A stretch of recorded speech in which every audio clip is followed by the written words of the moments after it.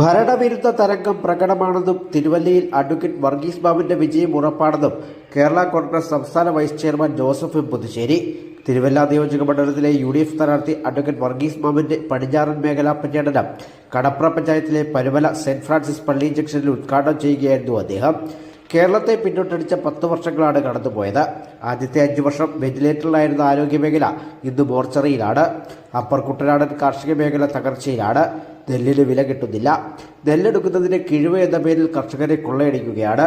രാഹുൽ ഗാന്ധി പ്രഖ്യാപിച്ച 5 ഇന്ദിരാ ഗ്യാരണ്ടികൾ സാധാരണക്കാർക്കും യുവജനങ്ങൾക്കും സ്ത്രീകൾക്കും കോളേജ് വിദ്യാർത്ഥികൾക്കും മുതിർന്ന പൗരന്മാർക്കും പ്രതീക്ഷ നൽകുന്നതാണെന്നും ജോസഫ് പുതുശ്ശേരി പറഞ്ഞു.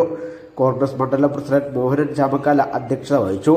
KPCC ജനറൽ സെക്രട്ടറിമാരായ N ഷൈലാജ്, മാന്നാർ അബ്ദുൾ ലത്തീഫ്, UDF നിയോജക മണ്ഡലം chairman Lalu Thomas, election committee general convener Sam Eapen, Reji Thomas, Binu V Eapen Kurian, Varghese John, R Jayakumar, Robin Varuvala, DGR Panicker, Sivadas U Panicker, Raju Pulippallil, Rajesh Chathankeri, P Thomas Varghese, Jijo Cherian, Jose Prakash, GBK Jose, Jibin Pulippallil, Baby Varghese, Vipin B Thomas, Vimala Benny, Nisha Ashokan, Mukesh Kannan, Komalan, Josvi Cherry, PP John, TP James, MC Antony, Gopi Uluvathuparambil, Ambootti Kadapra, VR Rajesh, Binu Kuruvila, Tony Kurian എന്നിവർ പ്രസംഗിച്ചു. കടപ്ര പഞ്ചായത്തിലെ വിവിധ കേന്ദ്രങ്ങളിലെ സ്വീകരണത്തിനു ശേഷം തേവേരിയിൽ സമാപിച്ചു. തുടർന്ന് നിരണം പഞ്ചായത്തിലെ പര്യടനം ഇരുന്നൂട് ജംഗ്ഷനിൽ തുടങ്ങി രാത്രി വൈകി ചക്കുളത്തുപാലം ജംഗ്ഷനിൽ സമാപിച്ചു. News bureau, Pathanamthitta.